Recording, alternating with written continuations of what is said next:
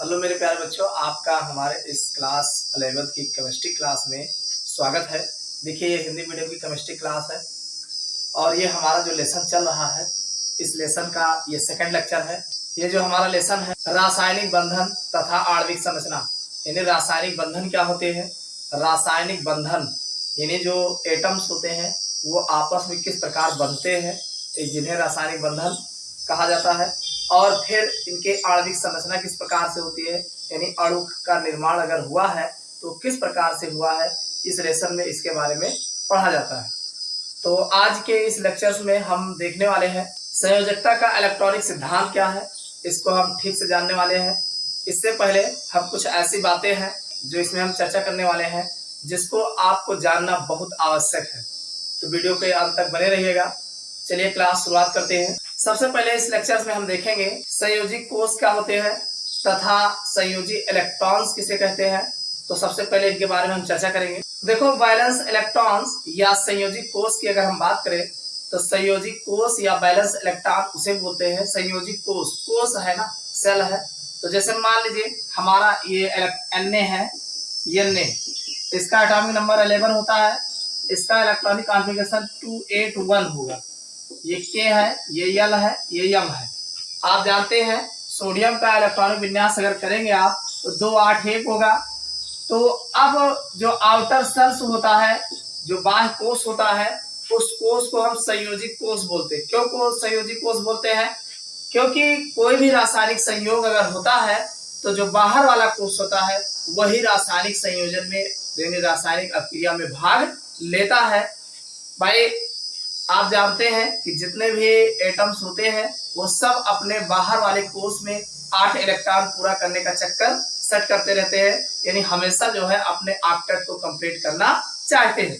तो यहाँ पर जो है 1 इलेक्ट्रॉन है इसके बाह्य कोष में, तो इसका जो भाई संयोजन क्रिया कहाँ से करोगे?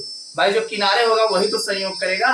तो कुल मिला के अगर हम संयोजी कोष की बात करें तो किसी भी परमाणु के इलेक्ट्रॉनिक विन्यास जब किया जाता है, यानी किसी परमाणु के बाह्यतम कोष को हम संयोजी कोष बोलते हैं। तो आपको क्लियर हो गया होगा संयोजी कोष किसे बोलते हैं।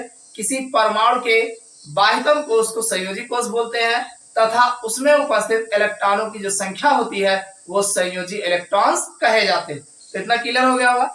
जैसे मान लीजिए ये क्लोरीन है 17, इसका इलेक्ट्रॉनिक विन्यास 287 करोगे, तो अगर आप इसका इलेक्ट्रॉनिक कॉन्फ़िगरेशन 287 करते हैं, इसमें अगर संयोजी कोष की बात किया जाए तो ये आपका किनारे वाला जो होगा ये संयोजी कोष होगा। और इसमें जितने इलेक्ट्रॉन उपस्थित हैं, जैसे मान लीजिए 7 इलेक्ट्रॉन उपस्थित हैं, तो ये जो है इसके संयोजी इलेक्ट्रॉन की संख्या जो होगी वो 7 होगा। इतनी बात समझ में आ गई। तो ये बात तो समझ में आ गया होगा कि संयोजी कोष क्या होते हैं और इलेक्ट्रॉन क्या होते हैं, संयोजी इलेक्ट्रॉन क्या होते हैं। तो किसी परमाणु के जो बाह्यतम कोष होता है वो संयोजी कोष होता है तथा उसमें उपस्थित इलेक्ट्रॉनों की संख्या जो है संयोजी इलेक्ट्रॉन्स बोले जाते हैं। तो इतना समझ में आ गया। अब ये जो संयोजी इलेक्ट्रॉन्स होते हैं ये 2 प्रकार के होते हैं, इसको भी ध्यान लीजिएगा। संयोजी इलेक्ट्रॉन 2 प्रकार के होते हैं, यानी जो संयोजी इलेक्ट्रॉन्स होते हैं ये 2 प्रकार के होते हैं। पहला प्रकार है बंधी, जिसे बॉन्डिंग संयोजी इलेक्ट्रॉन, बॉन्डिंग संयोजी इलेक्ट्रॉन। और जो दूसरा प्रकार है अनाबंधी या इसी को अंग्रेजी में नॉन बॉन्डिंग संयोजी इलेक्ट्रॉन। अब ये संयोजी कोष में 2 प्रकार के इलेक्ट्रॉन पाए जाते हैं।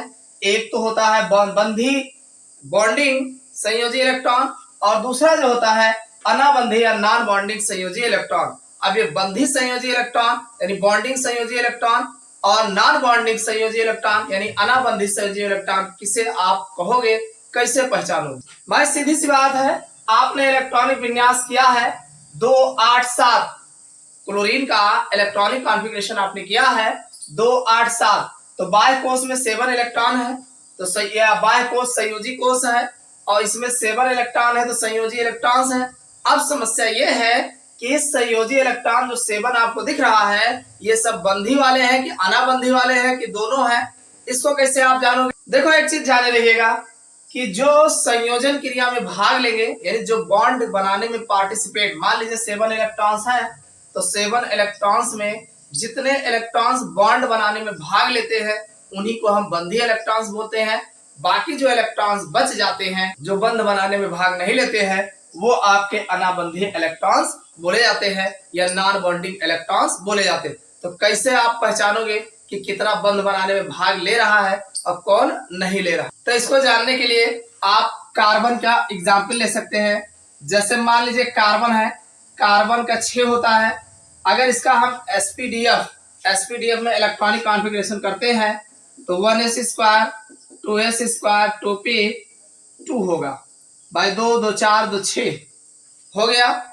अब आप जानते हैं कि कार्बन का जो कार्बन है इसके पास 6 इलेक्ट्रॉन्स हैं।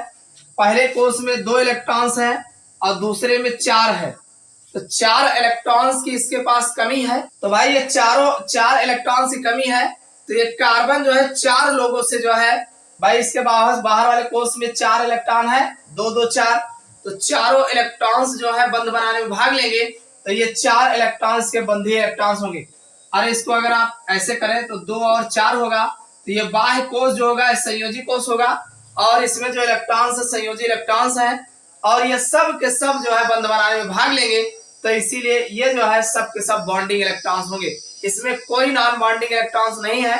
अब हम दूसरा एग्जाम्पल लेते हैं। अब जैसे मान लीजिए क्लोरीन की ही बात कर ले, तो ये 17 इलेक्ट्रॉन्स है।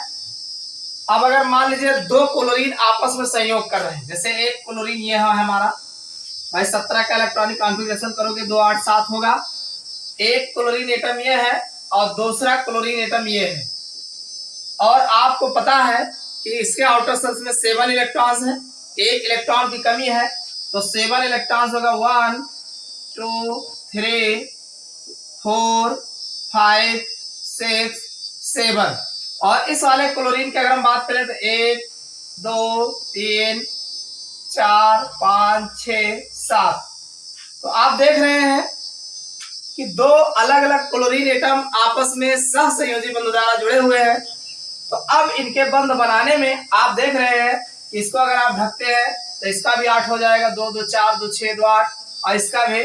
तो इसमें अगर देखा जाए तो भाई एक एक इलेक्ट्रॉन दोनों आपस में जुड़कर बंध बनाने में भाग ले रहे हैं, बाकी 2 2 4 2 6 इलेक्ट्रॉन जो है बंध बनाने में भाग नहीं ले रहे हैं। तो जो इलेक्ट्रॉन, जैसे ये 2 इलेक्ट्रॉन जो है ये बॉन्डिंग इलेक्ट्रॉन बोले जाएंगे, बॉन्डिंग इलेक्ट्रॉन्स बोले जाते हैं, और बाकी जो इलेक्ट्रॉन्स हैं ये नॉन बॉन्डिंग इलेक्ट्रॉन बोले जाएंगे, नॉन बॉन्डिंग इलेक्ट्रॉन्स बोले जाएंगे। तो जो जितने इलेक्ट्रॉन्स बाह्य कोष के बंध बनाने में भाग लेगा उन्हें बॉन्डिंग इलेक्ट्रॉन, और जो इलेक्ट्रॉन्स बंध बनाने में भाग नहीं लेगा वो नॉन बॉन्डिंग इलेक्ट्रॉन्स बोले जाएंगे। उम्मीद करता हूं इतना समझ में आ गया होगा। अब आगे हम चलते हैं, संयोजकता का इलेक्ट्रॉनिक सिद्धांत क्या है इसको हम देख लेते हैं। देखो, अगर हम संयोजकता के इलेक्ट्रॉनिक सिद्धांत की बात करें तो जो संयोजकता का इलेक्ट्रॉनिक सिद्धांत है, यह सिद्धांत सन 1916 में कोसेल तथा लुईस ने दिया। किसने दिया है? कोसेल तथा लुईस ने संयोजकता का इलेक्ट्रॉनिक सिद्धांत दिया है। तो अब इन्होंने अपने सिद्धांत में 3 बातें मुख्य बताई हैं। कौन कौन सी बातें बताई हैं? सबसे पहली बात उन्होंने बताया, परमाणु के संयोजन करने की क्षमता। भाई कोई भी परमाणु है तो अगर वो संयोग करता है तो उसकी जो क्षमता होती है उसके बाहरी कक्षा में उपस्थित इलेक्ट्रॉनों की संख्या पर निर्भर करता है। भाई अब वो कितना संयोग करेगा वो बाहर कोष में जो जितने इलेक्ट्रॉन्स होंगे उनकी संख्या पर निर्भर करता है, जिसे संयोजी इलेक्ट्रॉन कहते हैं। अब भाई बाहर वाले कोष बाह्य कोष में उपस्थित इलेक्ट्रॉनों की संख्या पर निर्भर करता है, तो वो अब उसमें जितने इलेक्ट्रॉन्स होते हैं उन्हें हम संयोजी इलेक्ट्रॉन्स कहते हैं। पहली बात तो क्लियर हो गई। दूसरी बात ये बताया गया, अक्रिय गैसों का इलेक्ट्रॉनिक विन्यास अस्थायी होता है। आप जानते हैं जितने भी अक्रिय गैस होते हैं, नोबल गैस होते हैं, इन सब का जो इलेक्ट्रॉनिक विन्यास होता है वो अस्थायी होता है। इसीलिए अक्रिय गैस अक्रियशील होते हैं, अक्रियशील होते हैं। भाई जब उनका विन्यास जो है अस्थायी होता है तो उनको किसी से लेने देने की क्या आवश्यकता है? भाई जिसका बाहर वाला कोष पूर्ण रूप से भरा हो, भीतर के सभी कोष भरे हुए हो तो उनको किसी से लेने देने की क्या आवश्यकता है। तो इसीलिए अब जब लेने देने की आवश्यकता नहीं है तो ऐसे तत्वों को जो है अक्रिय तत्व भी बोला जाता है, भाई अक्रिय गैस बोला जाता है, क्योंकि उनको किसी से लेने देने की आवश्यकता नहीं होती। और तीसरी बात इन्होंने जो कहा कि तत्व के परमाणुओं का संयोजन 3 तरीके से होता है, यानी जो तत्व होते हैं, तत्वों के जो परमाणु होते हैं, इनके परमाणुओं का संयोजन जो है 3 तरीके से होता है। तो अब ये 3 तरीका कौन कौन है, तो इनका पहला तरीका है विद्युत संयोजकता, विद्युत संयोजकता, और जो दूसरा तरीका है सह संयोजकता, और जो तीसरा तरीका है उपसह संयोजकता। यानी इनके जो संयोजन करने का कार्य है वो 3 तरीके से करते हैं। पहला है विद्युत संयोजकता, दूसरा है सह संयोजकता और तीसरा है उपसह संयोजकता। तो इतनी बातें कोसल और लुईस ने अपने इस जो है संयोजकता के इलेक्ट्रॉनिक सिद्धांत में जो है उन्होंने बताया। अगर बातें समझ में आ गई हो तो ठीक है, नहीं फिर से देख लेते हैं। सबसे पहली बात का परमाणु के संयोजन करने की क्षमता उसके बाहरी कोश में उपस्थित इलेक्ट्रॉनों की संख्या पर निर्भर करती है, जिसे संयोजी इलेक्ट्रॉन्स बोलते हैं। आप जानते हैं जैसे मान लीजिए सोडियम है 11 है तो 2 8 1, ये बाहर वाला कोश जो होता है ये संयोजी कोश होता है और इसमें जितने इलेक्ट्रॉन्स होते हैं उन्हें संयोजी इलेक्ट्रॉन्स बोलते हैं। तो भाई कोई भी संयोग कैसे कर रहा है, कितना कर रहा है, कब कर रहा है, तो ये सब करने की जो क्षमता बनती है वो उसके बाहर वाले कोश में उपस्थित इलेक्ट्रॉनों की संख्या पर निर्भर करता है। पहली बात हो गई।